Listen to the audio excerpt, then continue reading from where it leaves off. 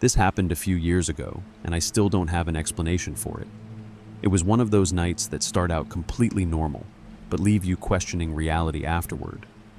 It was around midnight, and I was home alone with my roommate's pets, her dog, a medium-sized shepherd mix, and her cat, a laid-back orange tabby, who barely ever made a sound. My roommate worked nights sometimes, and I didn't mind watching the animals. The dog slept in her kennel in the living room, and the cat was free to roam the apartment. I was in my bedroom, which was just off the living room, scrolling on my phone with some low music playing. Everything was calm. Then, out of nowhere, the dog started barking. Not just one or two barks.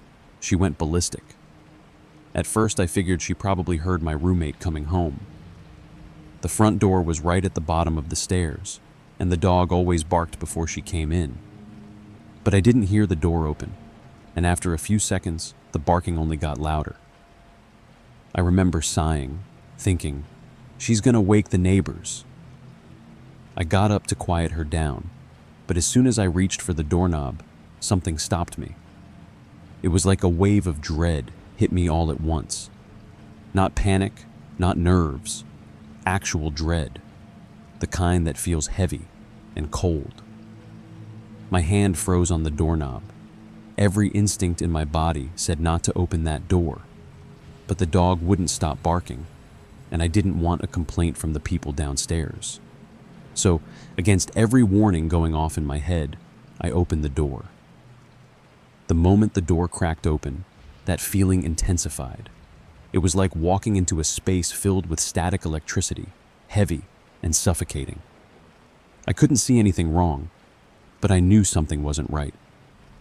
I kept my eyes forward because, for some reason, I didn't want to look to my right. To the right of my door was the coat closet and the small hallway that led to the stairs down to the front door. Something in me said, "Don't look that way," so I didn't. I just looked straight ahead at the dog's kennel.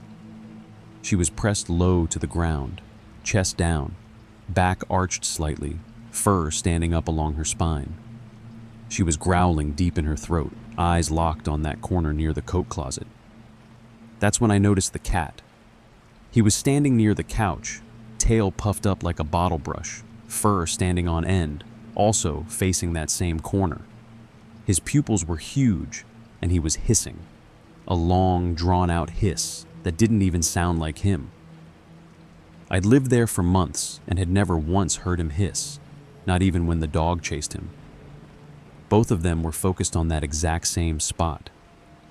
I followed their gaze, but I couldn't bring myself to look at first. The fear wasn't logical, it was instinctive. I could feel that something was there, even if I couldn't see it. It was like the air was thicker in that space, like it was occupied by something invisible. The dog barked again, snapping me out of it. I finally looked toward the corner. It was empty. Just the plain wall, the edge of the coat closet, and the beginning of the stairway. But the second my eyes landed on it, my stomach turned. It's hard to describe, but I could feel something there, something cold and aware. My chest felt tight, like I'd walked into a room full of bad energy. Every instinct screamed at me to shut the door and hide. I tried to calm the animals down, but nothing worked. The dog kept low growling, and the cat wouldn't move, just staring and hissing. That's when I realized I needed to do something. I don't even know where it came from. Maybe from some ghost show I'd watched. But I spoke out loud, trying to sound firm. "You're not welcome here," I said. "You're scaring the animals. Leave now." For a second, nothing happened. I stood there holding my breath, heart pounding. Then, slowly, the dog's growl faded into silence. She stopped barking, lifted her head, and looked around the room like she was confused. The cat lowered his tail, blinked a few times, and walked off toward the kitchen like nothing had happened. The whole apartment felt different after that. The air wasn't heavy anymore. I could breathe again. I shut the bedroom door, turned on every light I could, and sat on the bed with the cat for the rest of the night. The dog went back to sleep, but I couldn't shake the feeling that something had been there, something that wasn't supposed to be. The next morning, I told my roommate what happened. She looked uneasy, but said she'd had weird vibes in that apartment too. She mentioned that her dog sometimes barked at the corner near the closet, even when nobody was home, but she thought it was just noise from the building. After that night, I kept paying attention. Every now and then, the dog would stare at that same corner again, silent but tense, her ears pinned back. The cat would sometimes freeze mid-step and look in the same direction, pupils wide, like he was watching something move that I couldn't see. It never got as bad as that first night, but the apartment always had that strange undercurrent after dark. I started leaving a lamp on in the living room, just in case. Eventually, we moved out. The last night I spent there, I stood in the kitchen one final time, looking at that corner. Nothing happened, but the same feeling came over me. A chill in the air, that quiet pressure on my chest. I just said softly, "We're leaving. You can stay." Then I turned off the light and walked out. I'll never know what it was. Maybe there's a logical explanation. Maybe not. But whatever it was, it didn't feel human. And it definitely didn't feel friendly.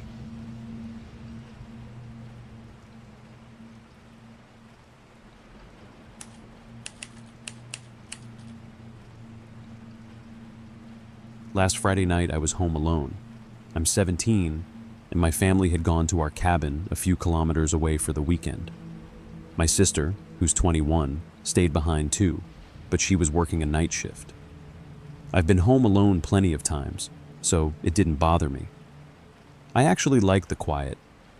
Our house is old, and it makes all the usual creaks and settling sounds, but after living there my whole life, I know what's normal. And I had company, my sister's dog, Bosco. He's a big mutt with way too much energy, and he barks at literally anything that moves outside. Normally it's annoying, but when I'm alone, it makes me feel safer. That night, I stayed up watching TV in the living room, lights low, Bosco lying near the glass patio door. Everything felt normal until around midnight when he started barking. At first, I ignored it. He does that if someone walks by the backyard fence or if a raccoon scurries past the deck. But this time, it sounded different. It wasn't random barking. It was sharp, steady, and didn't stop. I muted the TV and listened. The barking echoed through the house, deep and frantic, and I realized he was facing the patio door. I sighed, got up, and told him to quiet down, but when I got closer, I froze. The patio door was open. Not wide open, just 2 or 3 inches. Enough that I could feel the cool air coming in. I stood there for a few seconds, trying to make sense of it. I was sure I had closed it earlier that night after letting Bosco out. I always do. I'm paranoid about locking up, and I distinctly remembered hearing the click of the latch. I locked it again, double-checked it, and then did a quick sweep of the upstairs. I looked in every room, even the closets, trying to convince myself everything was fine. It all looked normal. No broken windows, nothing missing, no signs of anyone being there. I went back downstairs trying to calm myself down. Bosco eventually stopped barking and curled up again, though he kept glancing toward the door. I sat back down on the couch, turned the TV back on, and tried to ignore the heavy feeling in my chest. A while later, maybe 30 minutes or so, I heard footsteps. At first, I thought it was Bosco's nails clicking on the floor, but then I realized he was lying right next to me. These were slower, heavier, definitely human footsteps, coming from upstairs. The sound lasted maybe 5 or 6 seconds, and then it stopped completely. I stared at the ceiling, listening. Silence. I wanted to go upstairs and check, but I didn't move. I told myself it was the house settling, that I was just spooked from the door incident. I put in my earphones and focused on my phone until my eyes started to burn. I must have fallen asleep like that. The next thing I remember, I woke up around 2 in the morning to Bosco whining at the basement door. That was strange because he never goes near that door. The basement creeps him out, and he usually avoids it completely. He was pawing at the wood and making these low, uneasy sounds. Before I could figure out what was wrong, I heard the front door open. My sister had just gotten home from work. The second she came in, Bosco ran to her, tail wagging, completely calm again. We talked for a bit, nothing special, just how work was and that I'd been up late. I didn't even mention the patio door then. It had already slipped from my mind. We let Bosco out through the front door for his last bathroom break, locked up again, and went to bed. I didn't think about any of it again until a few days later. It was Tuesday night, and we were all watching a movie, me, my mom, and my sister. I started telling the story of how Bosco freaked out that Friday, joking about how paranoid I'd been. I mentioned how I found the patio door open a few inches. My mom just nodded, but my sister went completely still. She turned pale and said, "Wait, that same night, when I got home, the patio door was open again." I blinked at her, thinking I'd misheard. She said when she got home, around 1 a.m, she went into the kitchen to grab something to drink and noticed the glass door was wide open. Not just cracked this time, open. She was sure she'd closed it after letting Bosco out earlier that day, so she thought maybe I'd opened it. But when she asked, I told her I had locked it, from the inside. That's when it really hit me. If the door was closed when I locked it, but open again an hour later when she got home, that means someone might have still been inside the house. Someone could have slipped in through the patio when it was open the first time, hidden somewhere while I checked upstairs, and then waited until later, when I was downstairs half asleep and my sister was in the bathroom, to leave. The thought made me feel sick. It would explain the footsteps I heard upstairs. It would explain why Bosco was whining at the basement door later. Maybe the person had gone down there to avoid being seen. When my sister came home, maybe they used the noise and distraction to slip out the same way they came in. We tried to come up with other explanations. Maybe the wind pushed the door open, but it's one of those heavy sliding glass ones. It doesn't move easily, and it locks into place. Maybe one of us opened it and forgot, but we both remembered using only the front door that night. What really unsettled me is that in our small town, there have been reports lately of break-ins where nothing was stolen, just doors left open, lights turned on, things slightly moved. People chalked it up to teenagers messing around, but now I'm not so sure. The idea that someone could have been inside our house while I was there, quietly walking above me while I searched the rooms, maybe even watching me from the hallway, makes my skin crawl. I can't stop thinking about how I might have locked the door behind them, trapping whoever it was inside until they found another way out. Since that night, I check every lock in the house 3 or 4 times before bed. And even though Bosco still barks at the usual noises outside, every time I hear it now, I can't help but wonder if it's actually someone there, again, standing just beyond that glass door, waiting.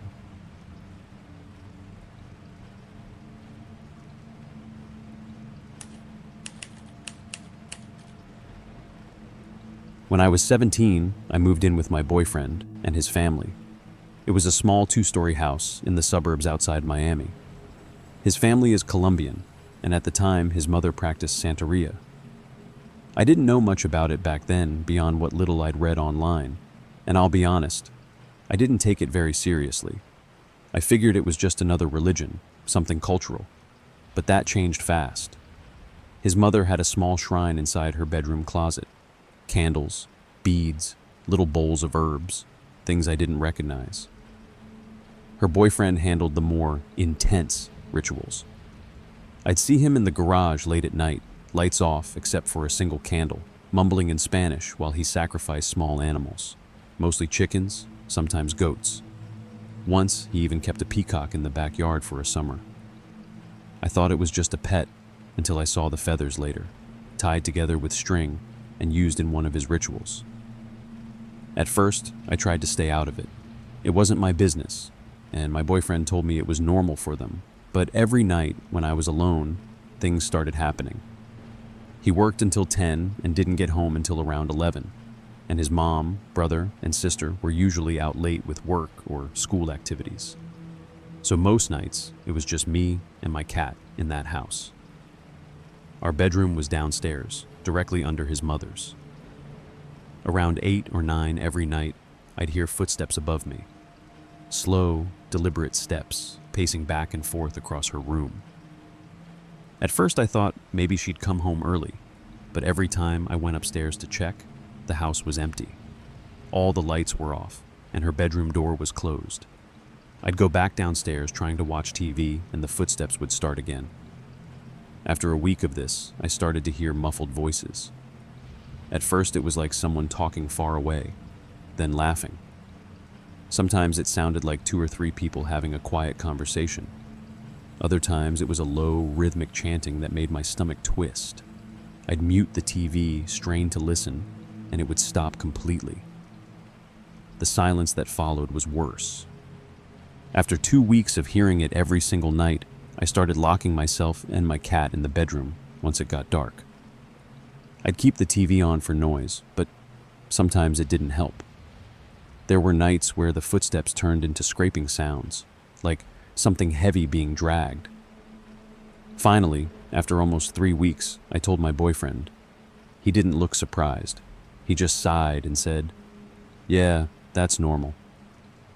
"Those are the spirits my mom talks to." I stared at him. "Normal?" He said, "Yeah. As long as you stay out of her room, they won't bother you." That didn't exactly make me feel better, but I figured maybe he was right. Maybe if I just left it alone, it would stop. It didn't. A few nights later, I was home alone again and got hungry. I went into the kitchen to make something, and the moment I stepped on the tile, I heard light footsteps on the stairs. Quick, like someone running. I froze. The stairs started in the kitchen, and when I looked up, I saw a small figure dart up toward the second floor. I only saw it for a second, but it was enough to make my heart stop.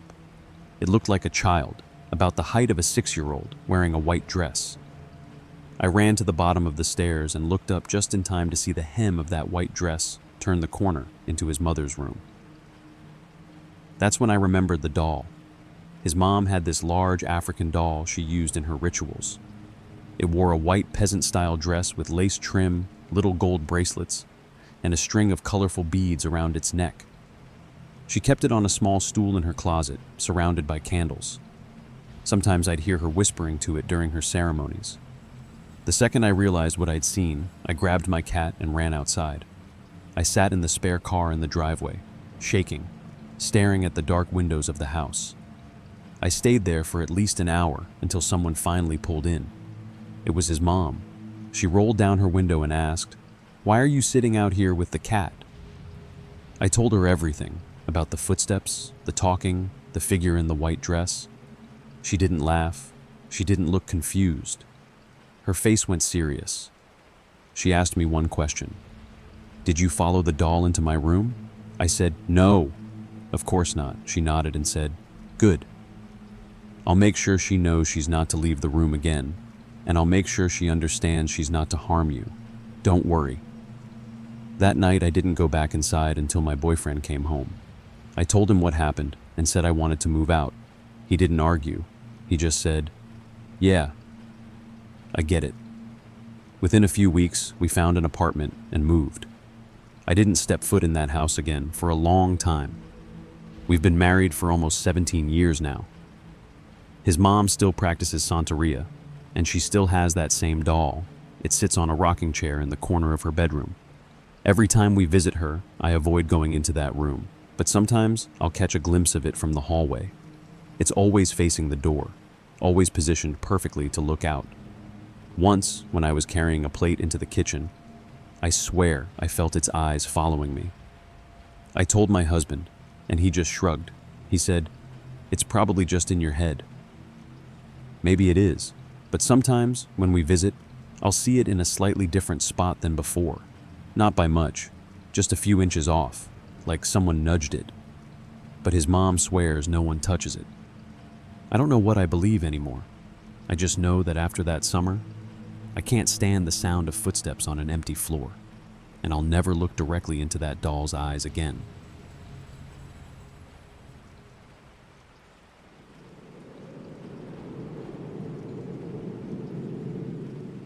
We bought an abandoned Victorian on the edge of a small town. It had tall windows, narrow stairs, and that faint smell of dust you only get from a place that's been shut for years. The previous owners had just walked out. There was unopened mail on the floor when we first toured it. No note, no forwarding address. We told ourselves they'd just moved fast for work. That was easier to believe. From the first week, the house felt off. Not like a movie, just a little wrong. You'd hear slow footsteps on the stairs when we were both in the living room. You'd smell phantom perfume in the hallway, or phantom cooking smells from the kitchen when nothing was on the stove. Small things would appear or disappear. A screwdriver left on the counter would end up in the pantry. I always had an explanation. Old houses settle. Drafts move smells. We forget where we put things. For a while that worked. My husband leaves for work about an hour before me. That morning was normal. He left. I stayed in bed for a few minutes, then got up and started my routine. Coffee, shower, hair, clothes. Except I remembered my clothes were still in the dryer from the night before. The laundry room is in what used to be the servants' quarters. Off the kitchen, there's a door to a short hallway that leads to it. Inside, there's a door to the backyard and a door to the basement. All three are always kept locked. I'm obsessive about that. I've locked us out before because I do it automatically. Keys live in bowls by every door because of me. I went down in pajamas. The kitchen was quiet and still. I unlocked the door to the servant hallway and stepped through. The laundry room light is bright white. I opened the dryer. The clothes were still damp. Not soaked, but not wearable. Fine. I'd finish my makeup and come back. My cat followed me in. He hopped up on the dryer and settled. I tried to move him, but he wouldn't budge. Whatever. 20 minutes, he'd be fine. I stepped out, shut the door, and turned the lock. Back upstairs, I put on a podcast and sat at my vanity. 10 minutes later, the cat knocked my brush off the table. The sound jolted me. I looked at him and froze. He was supposed to be locked in the laundry room. He was sitting right there staring at me. For a second, my brain tried to explain it away. Maybe I didn't lock the door, but I had. I felt the turn. I said the word. I pulled out my earbuds. The upstairs was quiet. Then I heard it. A weight on the kitchen floor. Not a creak or a pop. A slow step, like someone moving carefully. Another step. My heart went cold. I grabbed the baseball bat we keep in the closet and moved to the stairs. Every creak felt like a shout. I hugged the wall and looked into the kitchen. The lights were off. Gray morning light through the window over the sink. No one at the table, no one by the stove. The air smelled faintly like that perfume again. The door to the servant hallway was standing open, not cracked, open wide. That door is heavy and it fits tight. It doesn't drift. I went straight to the backyard door. Locked. I checked the basement door. Locked. I checked the kitchen windows. Locked. My hands shook so badly, the bat tapped the tile. I kept telling myself it had to be a draft or the frame warped overnight. But the lock has to be fully vertical to catch. I know because I tested every time. It was vertical when I left. I thought someone might be hiding in the house. I stood there and realized I didn't want to find out. The cat flicked his tail like nothing mattered. I left the kitchen, went out the front door and into the car. I locked the car and tried to breathe. My hands were slick when I called my husband. He told me to stay outside and call the police. He said he'd come home. The dispatcher sounded calm until I said an interior door that's always locked was open. We're a quiet town. A patrol car rolled up in minutes. One officer stayed with me while the other did a sweep. Then they did it again together. No marks on the front door. Windows fine. No footprints on the porch or in the backyard. The backyard door locked from the inside. the basement door locked from the kitchen and deadbolted from the basement side. The only thing out of place was that one heavy door standing open. They worked the hinge over and over. They looked at the latch plate. They tried to make it swing open with the furnace running. Nothing. The door shut and latched and stayed shut. Finally, one officer shrugged. "Old doors do weird things," he said. "Call if we saw anyone. Maybe get a security system." My husband got home while they were still there. We called a security company before lunch. By evening, we had sensors on every door and window.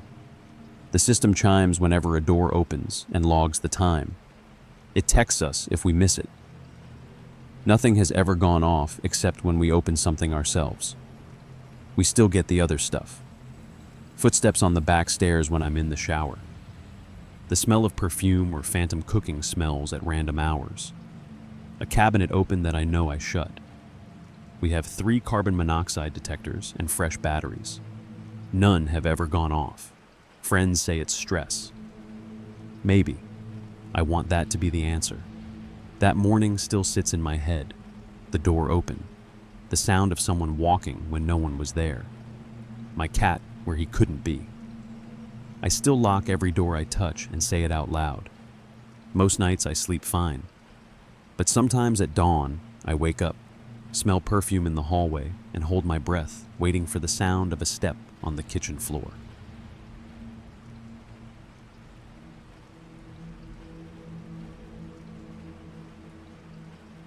About 4 years ago, my then girlfriend, now fiancée, and I were figuring out how to live in the same city. I already had my own apartment with a lease still running, and when she moved to my town, she found a place of her own because my lease wouldn't be up for a few more months. My town is really just a neighborhood of a large city, the kind of area with row homes, corner stores, and an old cemetery tucked between back alleys. Rent wasn't cheap, but it wasn't Manhattan either. She was starting out in a new career and didn't have a lot of extra cash, so she picked a small one-bedroom apartment on the first floor of a row home. It had a decent living room, a small but workable kitchen, and a bathroom that was clean enough. Nothing special, but not run down either. For the first 3 months, she lived there alone while I bounced between my place and hers. Once my lease ran out, I moved in full-time. By then, I'd already noticed the apartment had what I can only describe as a personality. Certain corners were always cold, even though there was no draft, no vent, nothing to explain it. Sometimes the temperature would drop in just one spot. Electrical stuff went in cycles too. For weeks, everything would be fine. Then one month, the lights would flicker, or random appliances would turn off for no reason. It was an old row home in a high-turnover neighborhood, so I chalked it up to age and shoddy maintenance.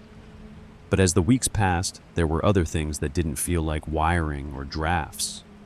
Little moments that gave you the sense someone else was there. Not malicious, not even scary at first. Just that subtle awareness you get when you know another person is in the room. I would be alone and still feel watched. And sometimes, when I wasn't looking straight at it, I would catch movement in my peripheral vision. Not a full shape or a ghostly figure. More like the suggestion of someone crossing the room while you're focused on something else. One of the clearest times this happened was when I was doing the dishes. The kitchen sink sits just to the right of a doorway that leads into the living room. I was scrubbing plates, thinking about work, when in the far edge of my left eye, I saw what looked like a shadow moving across the living room. It wasn't an object falling or a reflection. It was a motion my brain registered as someone walked past. The presence was so strong that I stopped mid-scrub, set the plate down, and went to check the bedroom to see if my fiancé had come home early. The apartment was silent. Nobody was there. Yet every instinct said there had been someone only seconds earlier. Months later, there was another night that stands out even more. Because our apartment was on the first floor, we had access to the basement. It wasn't finished, but it gave us storage space, and it held the heater and other utilities for the upper units. Since the only way into it was through our apartment, the landlord told us we could treat it as ours. I set up a little workspace down there for tinkering with shelves and tools. One evening after work, I went down to putter around at my bench. Nothing out of the ordinary. When we went to bed later that night, I noticed a thin line of light bleeding up through the floorboards at the heating vent. I'd forgotten to turn off the work light, so I got out of bed and padded downstairs to switch it off. The basement was quiet, just concrete, the smell of dust, and the glow of the bulb over my bench. I clicked it off and started back up the wooden stairs.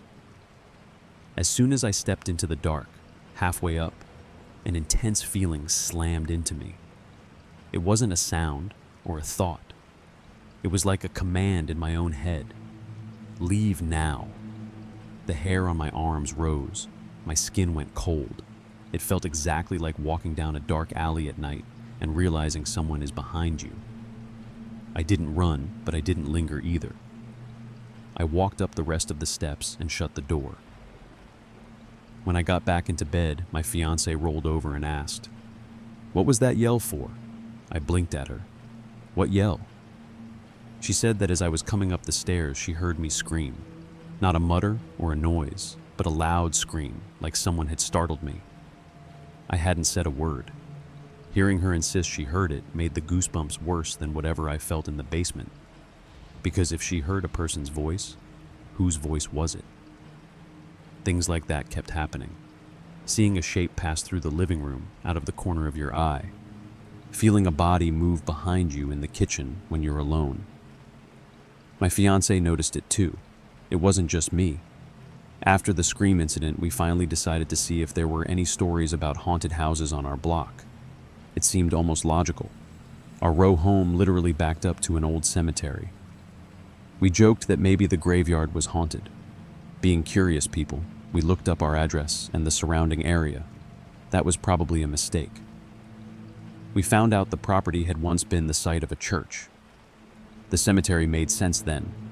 The church had burned down years ago, and after that, the row homes were built over the ashes. So we were living in a building standing on top of a burned church, sharing a yard with a graveyard of mostly babies. We laughed, but it stuck in the back of my mind. A few years later, I mentioned haunted places from that area in a Facebook group. A woman responded who had lived across the street a few years before us. She said she and her boyfriend had also experienced strange things. They would hear their names called from outside the bathroom while they were in the shower when no one else was home. Rocking chairs moved on their own. They heard unexplained sounds. She said once she looked out at the cemetery at night and saw what she called the shadow man, standing with his hand resting on a grave. Reading that gave me chills. Up to then, I could tell myself I'd just been seeing things. But she described what we felt without me prompting her. There was also an older woman who lived across the street with her adult son, who had developmental challenges. We never spoke, but always saw her outside helping him. Her daughter had a Haitian accent, so I assumed they were from Haiti. One night, my fiancé and I were walking to the ice cream shop, and we passed their building. In an upstairs window, we saw a bunch of dolls lined up. Not cute toys, strange dolls, dozens of them. We joked about it being a hoarding quirk and forgot about it. Now, after hearing how many people on that block had stories, I can't help but think maybe she was practicing something to keep the spirits at bay. We lived there a while longer. Nothing ever escalated. It never felt like we were in danger. But the combination of cold spots, flickering lights, peripheral figures, the scream my fiancé heard, and the history of the land always stayed with me. Even now, years later, when I think about that basement, the memory of that sudden command to leave still makes the back of my neck prickle. We never did see a ghost full on, only shadows, movement, and that unshakable feeling someone else was there.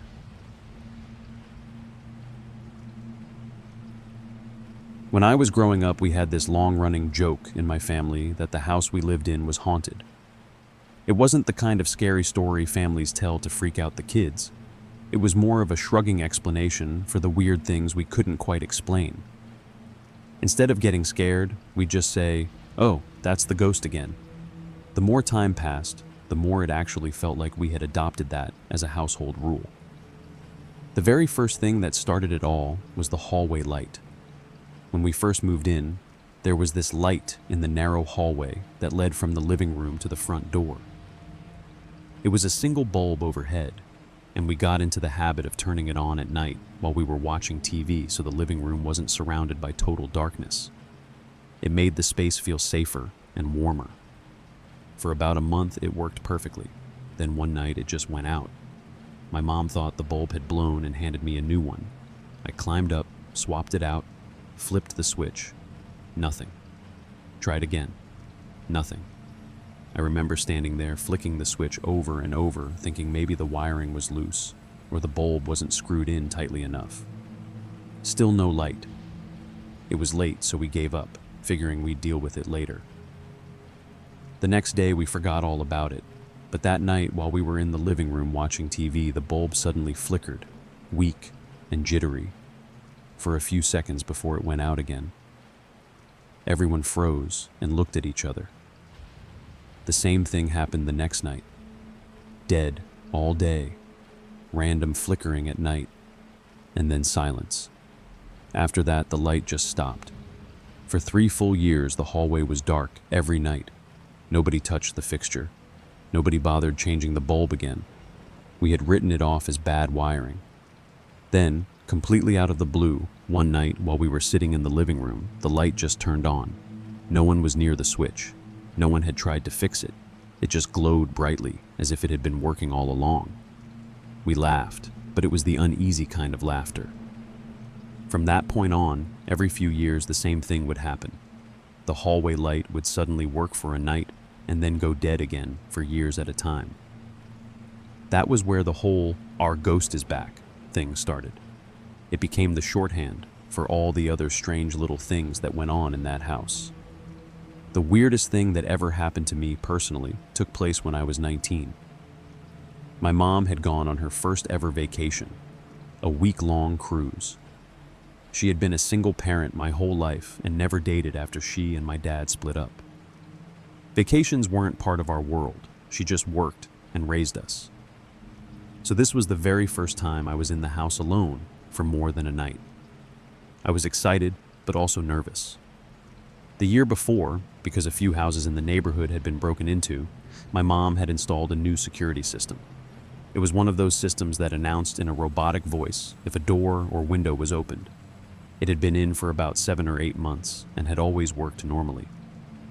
That first night of her trip, I was stretched out in the living room watching a movie. The house was quiet, the dog was asleep, the cat was curled up on the table. Out of nowhere, I heard the voice say, "Sliding door open." My stomach dropped. That sliding door was in the kitchen, just a few feet away, and it opened straight onto the backyard. At that moment, my brain didn't jump to ghost. It jumped to robber. I was 19, home alone, and convinced someone had forced the door open. Before I could even react, the voice repeated, "Sliding door open." I slipped off the couch and moved as quietly as I could into the garage.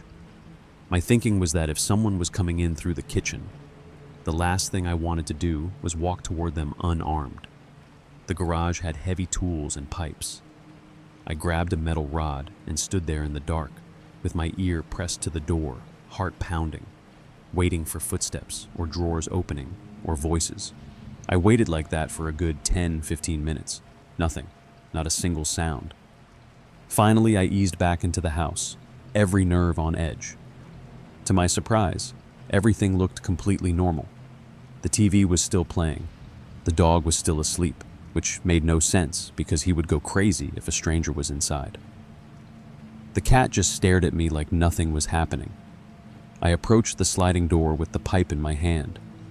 Not only was it closed, it was locked. On top of that, we had a metal stopper bar in the track, one of those little rods you insert so the door can't slide at all. That was still firmly in place.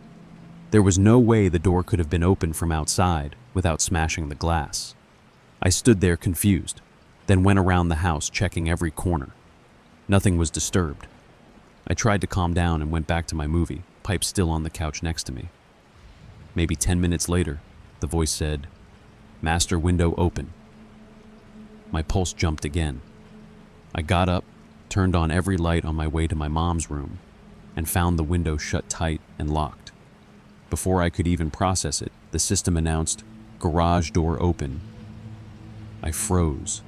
The garage was shut. Then, sliding door open, closed. Master window closed, still locked. Kitchen window open. I walked to the kitchen. Nothing.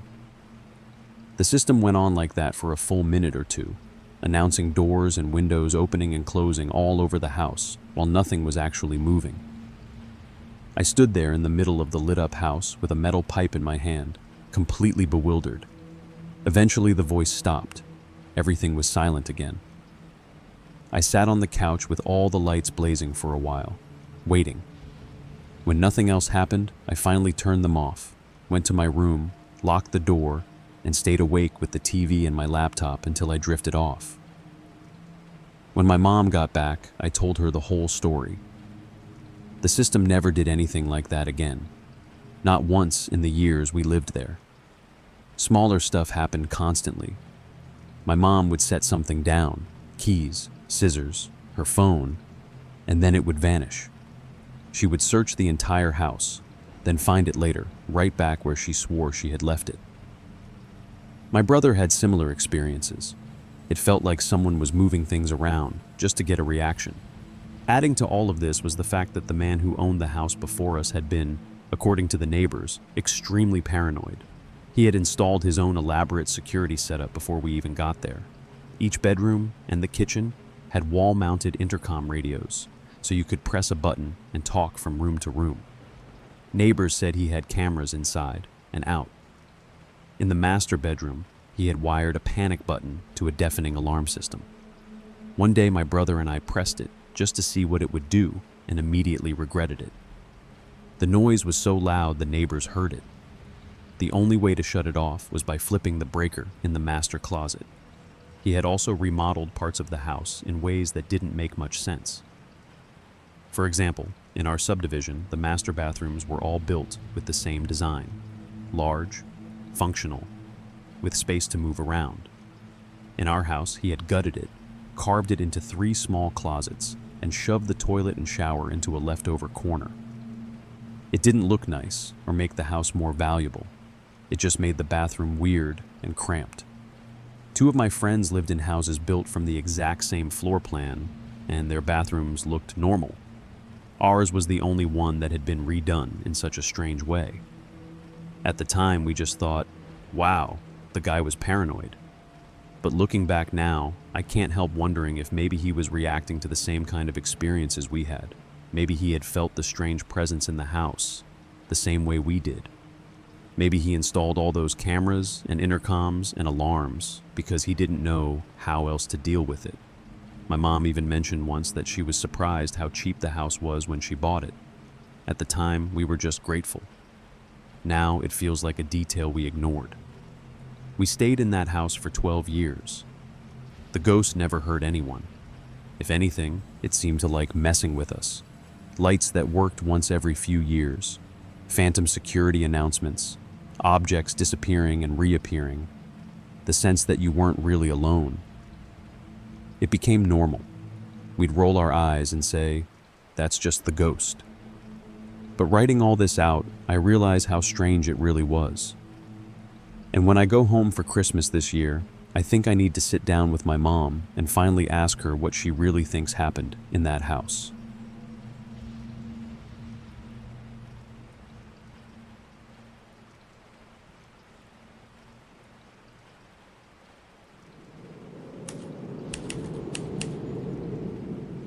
I was 7.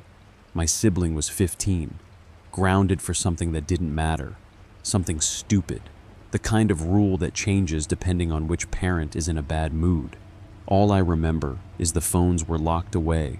My siblings and the house phone, both sealed in my dad's gun safe. We didn't know the combination. We lived in a quiet town in Ohio. So small, it made our mom's graduating class back in the city look like a stadium crowd. Everyone knew everyone. Nothing happened. That's why we moved there. Safer, quieter, a better place to raise kids. That night, Our parents said they were going a few houses down to check on our great-grandmother. My grandparents were out of town, and she lived in this tiny house they'd built for her on the property, so she could still be independent. Just a quick visit, then back home. They promised we'd order pizza afterward. My sibling and I played video games for a while. I sat on the floor, he laid belly down on the couch, grumbling every time I messed up or moved too slowly. We argued a little, laughed more, then fell into that easy rhythm siblings sometimes do when no adults are around. After a couple of hours, we were starting to get hungry. The kind of hunger where you start peeking into the fridge, even though you already know it's empty. Then came the knock. I perked up immediately, excited. I figured it was pizza, or maybe our parents back already. I ran downstairs to the door, and my sibling called out from behind, "Don't open it till you see who it is." The front door was one of those old wooden ones with a long, narrow pane of glass running down the center. Not the safest, but common around here. I pressed my nose to the window and stopped. It wasn't my parents. It wasn't the pizza guy either. It was a man. He looked about mid-20s, very tall, very pale. Not ghostly, just like someone who didn't go out in the sun much. He had short black hair, maybe a little greasy, and patchy scruff along his jaw, like he'd forgotten to shave. His clothes weren't strange, jeans, hoodie, but there was something off about the way he stood. He didn't wave, didn't knock again, just stood there, and I didn't know him. In a town where you know everybody, that's the kind of thing that makes your stomach drop. I lifted my hand, held up a finger, 1 second, and turned to call for my sibling. The curtain dropped, and the knocking started again. By the time my sibling came around the corner, the knocks had turned to pounding. Then the doorknob started shaking, jerking back and forth, trying to open. Neither of us spoke. My sibling just grabbed my wrist and ran into the kitchen. The footsteps were so fast and loud on the tile, it sounded like thunder. My sibling reached for a kitchen knife. I'll never forget the sound. The first one snapped.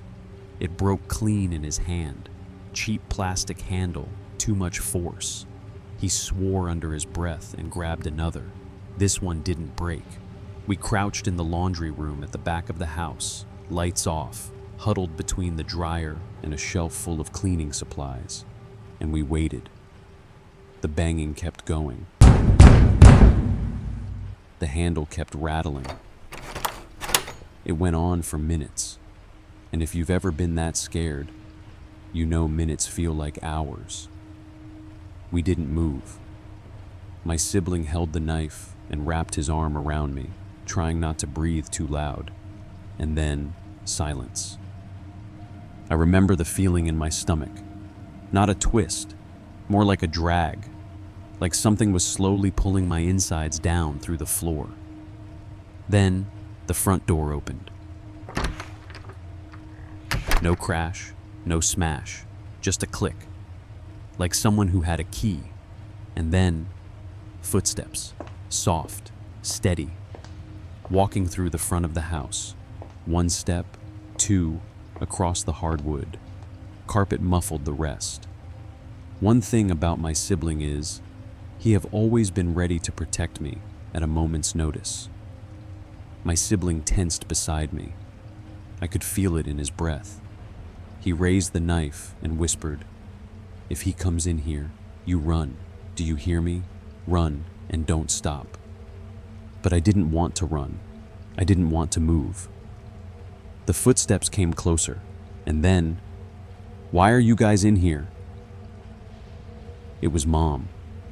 We both shot up like we'd been shocked, ran straight into the kitchen, tears already falling, barely understanding what was happening. She was holding 2 pizza boxes, staring at us like we were the weird ones. Outside, through the front window, We saw Dad talking to the man. He was still there. I think we both started yelling at the same time, telling her about the knocking, the handle, the pounding, the way he tried to get in. But Mom just laughed, just amused. "He's a mechanic," she said. He was asking about the broken car in the driveway. There was no for sale sign on that car, no light outside to highlight it, no way to know anyone was home except for a child's face in the window. She hugged us, promised they wouldn't lock the phones away again while they were gone, and we ate our pizza. We cried a little while we chewed. That was the end of it. But now, years later, it still bothers me. As an adult, I know how adults behave. I know how people knock. I know that if you see a child answer the door alone, you don't start pounding harder. You don't rattle the knob. You don't try to get in. And I wonder what would have happened if Mom hadn't appeared. What would have happened if she'd been 5 minutes late? If he'd gotten inside? And whatever his reason for being there, it wasn't about the car. It was about the house. It was about who was inside. It was about how long we'd be alone.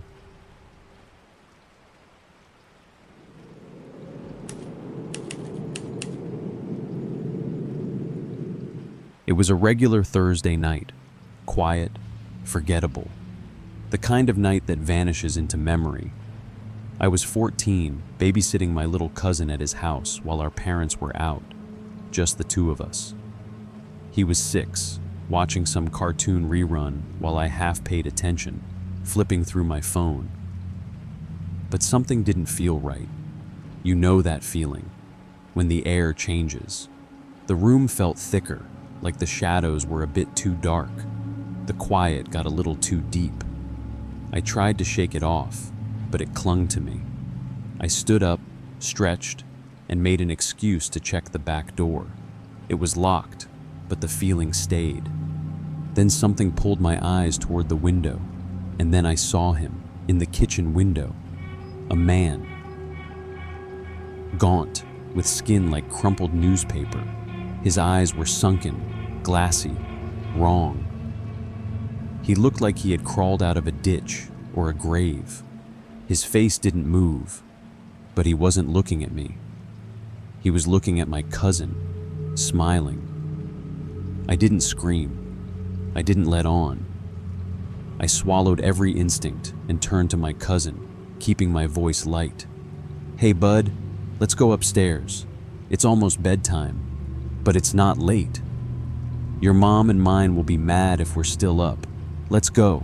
I led him up the stairs, step by step, slowly, steadily. I didn't look back. I couldn't, so I kept walking, one step at a time, pretending everything was normal while my skin crawled with every breath. I tucked my cousin into bed like it was any other night, kissed his forehead, told him to stay under the blanket and not to get up, no matter what. Then I went back down, and he was gone. I crept to the front door, locked, deadbolt too. Still, I didn't feel safe. I grabbed the only thing I could find, one of those heavy meat tenderizer mallets from the kitchen drawer, cold and solid in my hand. Then I waited. Nothing happened. 10 minutes passed. Maybe more. I went back upstairs, sat in front of my cousin's bedroom door, and called the cops. They said they were 30 minutes out. I called my dad and uncle. They were even further. No one was close enough, and then I heard it. Glass shattering downstairs. Then, boots. Heavy, deliberate, one step at a time, echoing through the house. My heart went still. My cousin whimpered under the covers. I whispered for him to be quiet, to stay hidden. I gripped the meat mallet so tightly my knuckles went white. The footsteps moved through the living room, the kitchen, the hallway. Then silence. I held my breath. A minute passed, then 2. The sound of those boots again, closer. He was coming up. Every creak felt like a scream. He reached the landing. He opened the first door, my aunt and uncle's room, then the bathroom, then the guest room, but not ours. He stood just outside the door for a moment. I could hear his breathing through the crack, shaky, wet. Then he walked away. The boots thudded back down the stairs, and then the sound of the basement door creaking open. I didn't move. Every sound in the house felt amplified. The ticking clock downstairs, the wind brushing against the siding, the faint hum of the refrigerator. But underneath it all, I swore I could still hear him breathing somewhere below. I kept my eyes on the doorknob, half expecting it to turn, half dreading it wouldn't. My grip tightened on the meat tenderizer until my fingers throbbed. I didn't blink. I barely breathed. And then, finally, red and blue lights washed over the curtains. The police kicked in the front door, yelling commands, but they never found him upstairs. They found him in the basement, hiding in a crawl space, just sitting there in the dark, waiting. Turned out, he was an escapee, a mental patient from a facility one province over. He'd been off-grid for weeks. No one knew how long he'd been watching the house, or why he chose us. The cops said he didn't even flinch when they dragged him out, just kept smiling. Sometimes I wonder what would have happened if I hadn't gone to check that back door, if I hadn't seen him at the window. But what really gets me is that he wasn't looking at me. He was looking at my cousin.